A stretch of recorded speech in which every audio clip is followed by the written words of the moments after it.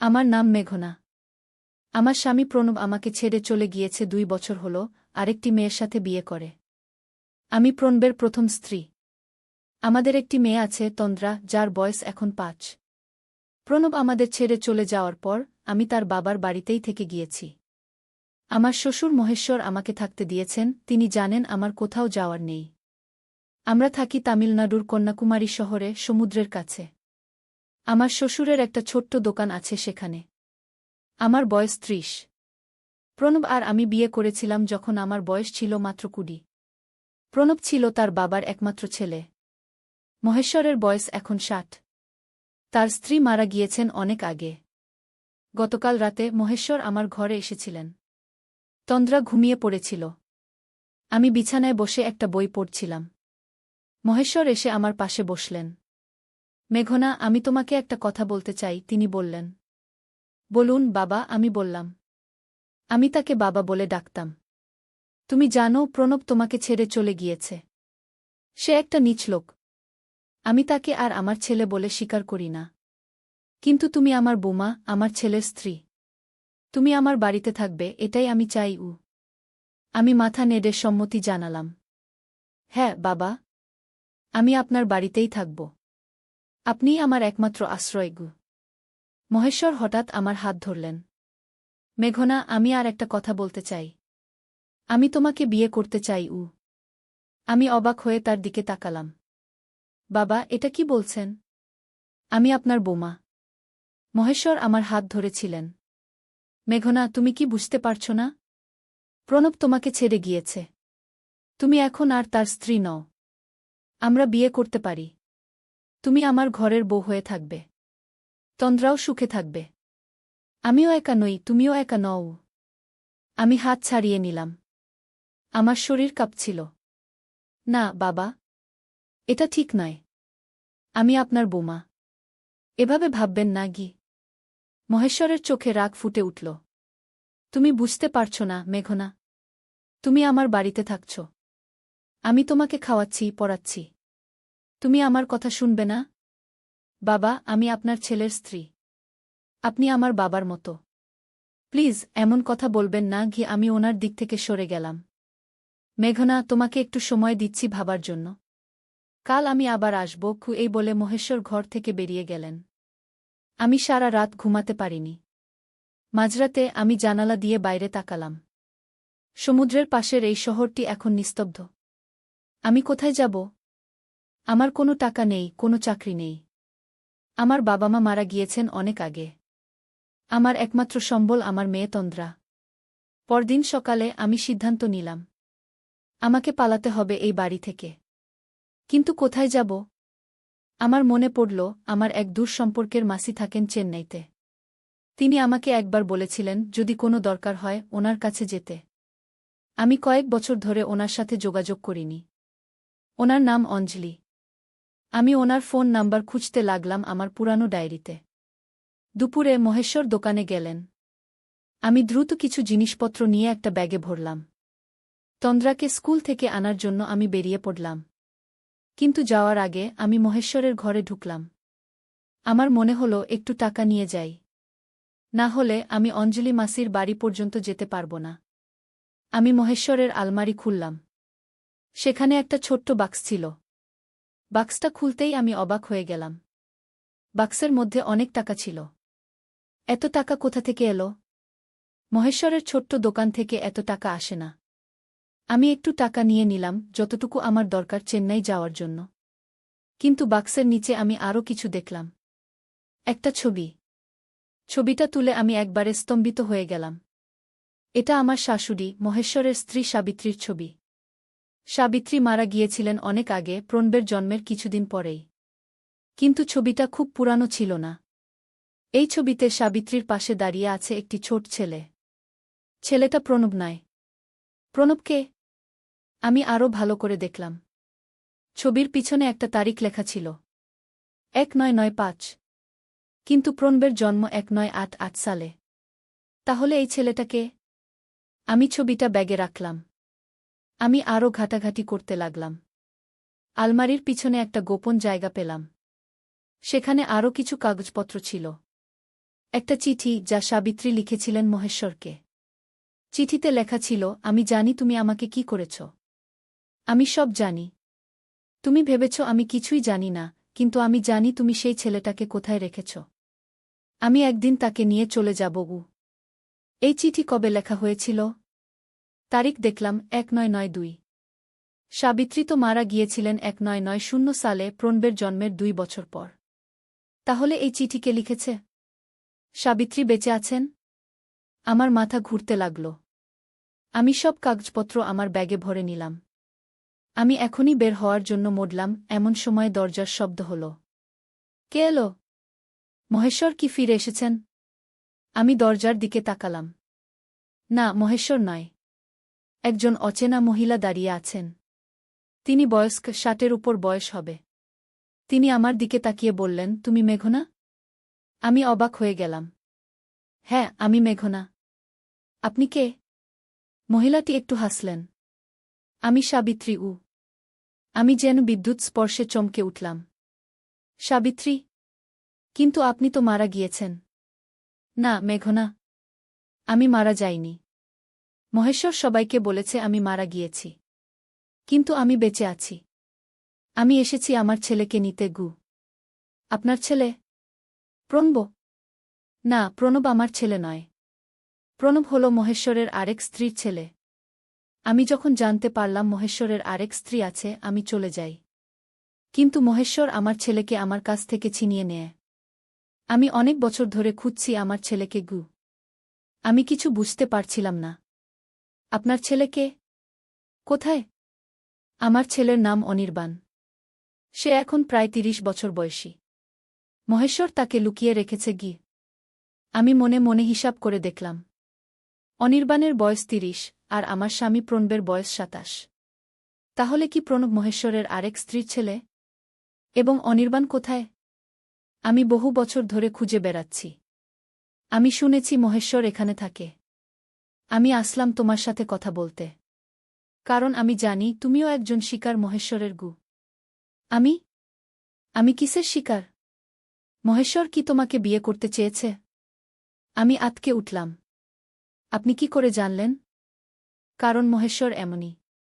সে যাকে দেখে তাকেই বিয়ে করতে চায়। সে তোমার স্বামী প্রণবকে দূরে সরিয়েছে যাতে তোমাকে বিয়ে করতে পারে। প্রণব? প্রণব আমাকে ছেড়ে চলে গিয়েছে। না মেঘনা, প্রণব তোমাকে ছেড়ে যায়নি। মহেশ্বর তাকে জোর করে পাঠিয়েছে। হয়তো ভয় দেখিয়েছে বা টাকা দিয়েছে। আমি বিশ্বাস করতে পারছিলাম না। কিন্তু প্রণব আরেকটি মেয়েকে বিয়ে করেছে। সেটাও মহেশ্বরের চক্রান্ত। মহেশ্বর চায় না তুমি প্রণবের কাছে ফিরে যাও। সে তোমাকে নিজের করতে চায়। আমার মনে পড়ল প্রণব যাওয়ার আগে কেমন অদ্ভুত আচরণ করছিল। সে খুব চিন্তিত ছিল, কাউকে কিছু বলছিল না। একদিন রাতে আমি তাকে কাঁদতে দেখেছিলাম। পরের দিন সকালে সে চলে গিয়েছিল। কিন্তু আপনি কি করে জানেন এসব? আমি অনেক বছর ধরে মহেশ্বরকে খুঁজছি। আমি জানি সে কেমন মানুষ। সে আমার ছেলেকে লুকিয়ে রেখেছে যাতে আমি তাকে না পাই। আমি খুঁজতে খুঁজতে এখানে এসেছি। আমি ব্যাগ থেকে ছবিটা বের করলাম। এই ছবিটা কি আপনার? সাবিত্রী ছবিটা দেখে চোখে জল এনে ফেললেন। হ্যাঁ, এটা আমি আর আমার ছেলে অনির্বাণ। এটা অনেক বছর আগে তোলা। আমি যখন তাকে একবার দেখতে পেয়েছিলাম তখন এই ছবিটা তুলেছিলাম। কিন্তু তারপর আবার মহেশ্বর তাকে লুকিয়ে ফেলেছে। আপনি কি জানেন অনির্বাণ কোথায়? না, আমি জানি না। আমি শুধু জানি সে এখনও বেঁচে আছে। আর মহেশ্বর জানে সে কোথায়। আমি মহেশ্বরের আলমারি থেকে পাওয়া কাগজপত্র সাবিত্রীকে দেখালাম। সেখানে একটা ঠিকানা ছিল। এটা কি অনির্বাণের ঠিকানা হতে পারে? সাবিত্রী ঠিকানাটা দেখলেন। হতে পারে। এটা চেন্নাইয়ের একটা ঠিকানা। আমরা যেতে পারি দেখতে। আমি তখনই সিদ্ধান্ত নিলাম। আমি আপনার সাথে যাব। আমার মেয়ে তন্দ্রাকে স্কুল থেকে নিয়ে আসি। আমরা এখনই চেন্নাই যাব। সাবিত্রী মাথা নাড়লেন। না মেঘনা, তুমি একা যাও। আমি এখানে থাকব। মহেশ্বর ফিরে এলে আমি তার সাথে মুখোমুখি হব। আমি তাকে জিজ্ঞেস করব সে আমার ছেলেকে কোথায় লুকিয়ে রেখেছে। কিন্তু আপনি একা মহেশ্বরের মুখোমুখি হবেন? সে খারাপ কিছু করতে পারে গু। না মেঘনা, আমি ভয় পাই না। আমি অনেক বছর ধরে এই দিনের জন্য অপেক্ষা করছি। তুমি যাও, অনির্বাণকে খুঁজে বের করো। তারপর আমাদের জানাও। আমি দ্রুত তন্দ্রাকে স্কুল থেকে নিয়ে এলাম। সাবিত্রী আমাদের বাস স্টপ পর্যন্ত এগিয়ে দিলেন। আমরা চেন্নাইয়ের বাসে উঠে পড়লাম।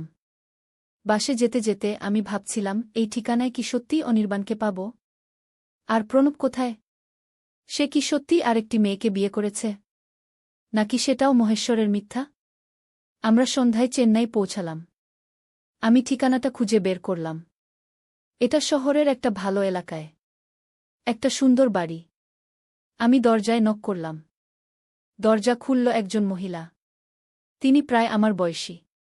তিনি আমাকে জিজ্ঞেস করলেন, আপনি কাকে চান? আমি অনির্বাণকে খুঁজছি গু। মহিলাটি একটু অবাক হলেন। অনির্বাণ? তিনি তো এখানে থাকেন না। তিনি এই বাড়ির আগের মালিক ছিলেন। তিনি 2 বছর আগে চলে গিয়েছেন গ। আমার মন খারাপ হয়ে গেল। আপনি কি জানেন তিনি কোথায় গিয়েছেন? না, আমি জানি না। আমরা এই বাড়িটা কিনেছি একটা এজেন্টের কাছ থেকে। অনির্বাণকে আমরা কখনো দেখিনি গি। আপনি কি জানেন সেই এজেন্টকে? আমি তার সাথে কথা বলতে চাই। মহিলাটি আমাকে এজেন্টের ফোন নাম্বার দিলেন। আমি ফোন করলাম, কিন্তু কেউ ধরল না। তখন অনেক রাত হয়ে গিয়েছিল। আমি আর তন্দ্রা একটা হোটেলে রাত কাটালাম। পরের দিন সকালে আমি আবার এজেন্টকে ফোন করলাম। এবার একজন লোক ফোন ধরল। হ্যালো, আমি রাজেশ বলছি। আমি একটা রিয়েল এস্টেট এজেন্ট। নমস্কার রাজেশ। আমি একটা বাড়ির আগের মালিকের সম্পর্কে জানতে চাই। তার নাম অনির্বাণ গু। অনির্বাণ? হ্যাঁ, আমি তাকে চিনি। তিনি আমার মাধ্যমে ওই বাড়িটা বিক্রি করেছিলেন গু। আপনি কি জানেন তিনি এখন কোথায়? না, আমি জানি না। তিনি বলেছিলেন তিনি বিদেশে যাচ্ছেন। আমি তাকে আর দেখিনি গি। আমি হতাশ হয়ে গেলাম। আপনার কাছে কি তার কোনো ফোন নাম্বার বা ঠিকানা আছে? না, আমার কাছে তার কোনো যোগাযোগের তথ্য নেই। তিনি বাড়ি বিক্রি করার পর সব টাকা নিয়ে চলে গিয়েছিলেন গু। আমি ফোন রেখে দিলাম। এখন কি করব? আমি সাবিত্রীকে ফোন করলাম, ওনার নাম্বারটা আমি রেখে দিয়েছিলাম। সাবিত্রী মাসি, আমি ঠিকানায় গিয়েছিলাম, কিন্তু অনির্বাণ সেখানে নেই। তিনি 2 বছর আগে চলে গিয়েছেন বিদেশে গু। সাবিত্রী একটু চুপ থাকলেন। আমি বুঝতে পারছি। মহেশ্বরও ফিরে আসেনি এখনো। আমি অপেক্ষা করছি গু। আপনি সাবধানে থাকবেন। আমি আপনাকে পরে ফোন করব গু। আমি হোটেলে ফিরে এলাম। কি করব ভেবে পাচ্ছিলাম না। তন্দ্রা খেলছিল। আমি জানালা দিয়ে বাইরে তাকালাম। হঠাৎ আমি একজন লোককে দেখলাম। লোকটা আমার দিকে তাকিয়েছিল। আমি ভালো করে দেখলাম। এ তো প্রণব। আমি দৌড়ে নিচে গেলাম। প্রণব সত্যিই সেখানে দাঁড়িয়েছিল। আমি তার কাছে গিয়ে বললাম, প্রণব, তুমি এখানে? প্রণব আমার দিকে তাকালো। তার চোখে বিষণ্ণতা। মেঘনা, আমি তোমাকে খুঁজছিলাম। কিভাবে আমাকে এখানে পেলে? আমি তোমাকে খুঁজিনি প্রণব। আমি অন্য কাউকে খুঁজছিলাম কে আমি বললাম। অন্য কাউকে? কাকে? প্রণব জিজ্ঞাসা করল। অনির্বাণ নামে একজনকে। তুমি কি তাকে চেনো? প্রণবের মুখ সাদা হয়ে গেল। অনির্বাণ? কিভাবে তুমি তার নাম জানলে? প্রণব, আমাকে সত্যি কথা বলো। তোমার বাবা মহেশ্বর কি আমাদের মধ্যে সম্পর্ক ভাঙার চেষ্টা করেছিল? প্রণব মাথা নাড়ল। হ্যাঁ মেঘনা। বাবা আমাকে ভয় দেখিয়েছিল। তিনি বলেছিলেন যদি আমি তোমাকে ছেড়ে না যাই, তিনি তোমাকে আর তন্দ্রাকে কষ্ট দেবেন। আমি তোমাদের রক্ষা করতে চলে গিয়েছিলাম গ। আর তুমি আরেকটি মেয়েকে বিয়ে করেছ? না মেঘনা। সেটা মিথ্যা। আমি কাউকে বিয়ে করিনি। আমি বাবার কথায় চলে গিয়েছিলাম, কিন্তু প্রতিদিন তোমাদের কথা ভেবে কাঁদতাম গু। আমি চোখে জল নিয়ে প্রণবকে জড়িয়ে ধরলাম। প্রণব, আমি সাবিত্রীকে দেখেছি গু।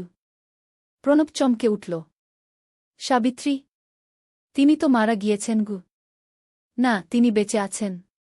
তিনি এখন তোমার বাবার বাড়িতে আছেন। তিনি বলেছেন তুমি তার ছেলে নও। তুমি তোমার বাবার আরেক স্ত্রীর ছেলে গু। প্রণব চুপ করে গেল। হ্যাঁ মেঘনা। আমি জানি। আমি একদিন বাবার কাগজপত্র ঘাঁটতে গিয়ে সব জেনে গিয়েছিলাম। আমার আসল মা অন্য কেউ, যিনি মারা গিয়েছেন আমার জন্মের পরেই। আর সাবিত্রী হলেন বাবার আসল স্ত্রী, কিন্তু তাদের ছেলে অনির্বাণকে বাবা লুকিয়ে রেখেছিলেন গু। কিন্তু কেন? বাবা কেন এমন করবেন? কারণ বাবা পাগল, মেঘনা। তিনি মানসিক রোগী। তিনি যে কাউকে দেখেন তাকে পেতে চান। তিনি সাবিত্রীকে বিয়ে করেছিলেন, কিন্তু তারপর আমার মাকেও বিয়ে করেন। যখন সাবিত্রী এটা জানতে পারেন, তিনি চলে যেতে চান। কিন্তু বাবা তার ছেলেকে লুকিয়ে রাখেন এবং সাবিত্রী মারা গিয়েছেন বলে সবাইকে বলেন গু। আমার মাথা ঘুরছিল। কিন্তু তুমি এখানে কি করছো, প্রণব? আমি অনির্বাণকে খুঁজছি, মেঘনা। আমি জানি বাবা তাকে এখানে লুকিয়ে রেখেছিলেন। আমি যখন সত্যটা জানতে পারি, আমি অনির্বাণকে খুঁজতে শুরু করি। আমি তাকে পেয়েছিলাম, কিন্তু সে বিদেশে চলে গিয়েছে। আমি এখন তার ঠিক খোঁজ পাচ্ছি না গি। আমার ফোন বেজে উঠল। সাবিত্রী ফোন করেছিলেন। মেঘনা, মহেশ্বর ফিরে এসেছে। সে জানতে পেরেছে আমি এখানে আছি। সে খুব রেগে গিয়েছে। আমি ভয় পাচ্ছি গু। আমি প্রণবকে বললাম, প্রণব, আমাদের এখনই কন্যাকুমারী ফিরতে হবে। তোমার বাবা সাবিত্রীকে কষ্ট দিতে পারে গি। আমরা দ্রুত একটা গাড়ি ভাড়া করে কন্যাকুমারী রওনা দিলাম। তন্দ্রাকে নিয়ে আমরা গাড়িতে উঠলাম। পুরো রাস্তায় আমি চিন্তা করছিলাম, আমরা কি ঠিক সময়ে পৌঁছাতে পারব? রাস্তায় যেতে যেতে প্রণব আমাকে আরও কিছু বলল। মেঘনা, আমি যখন চলে গিয়েছিলাম, আমি কলকাতায় গিয়েছিলাম। সেখানে আমি একটা ছোট্ট চাকরি পেয়েছিলাম। একদিন আমি একটা লোককে দেখলাম, যে আমার খুব মতো দেখতে। পরে জানতে পারলাম সে আমার ভাই অনির্বাণ।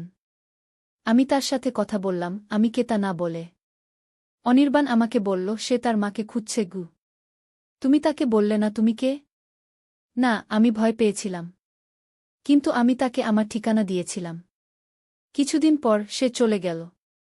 আমি শুনলাম সে তার মাকে খুঁজতে চেন্নাই গিয়েছে। আমি তখন তাকে খুঁজতে শুরু করলাম গু। তাহলে অনির্বাণ তার মাকে খুঁজছে, আর সাবিত্রী তার ছেলেকে খুঁজছেন।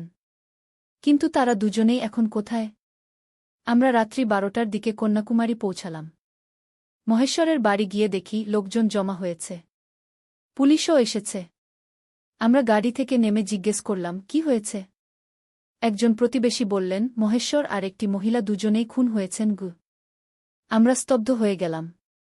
কি? কে খুন করেছে? পুলিশ এখনো জানে না। ঘরের ভেতরে দুটো লাশ পাওয়া গিয়েছে গি। আমরা পুলিশের কাছে গেলাম। একজন পুলিশ অফিসার আমাদের জিজ্ঞেস করলেন, আপনারা কারা? প্রণব বলল, আমি মহেশ্বরের ছেলে প্রণব। এটা আমার স্ত্রী মেঘনা আর আমার মেয়ে তন্দ্রা গ। অফিসার আমাদের দিকে তাকালেন। আপনারা কোথা ছিলেন? আমরা চেন্নাই গিয়েছিলাম। আমরা এইমাত্র ফিরেছি গু। আপনারা আসুন, ঘটনাস্থল দেখুন কু। আমরা বাড়ির ভেতরে গেলাম। মহেশ্বর আর সাবিত্রী দুজনেই মারা গিয়েছেন। তাদের পাশে একটা চিঠি পাওয়া গিয়েছে। চিঠিটা মহেশ্বরের লেখা। চিঠিতে লেখা ছিল, আমি আমার জীবনের সব পাপের জন্য দুঃখিত।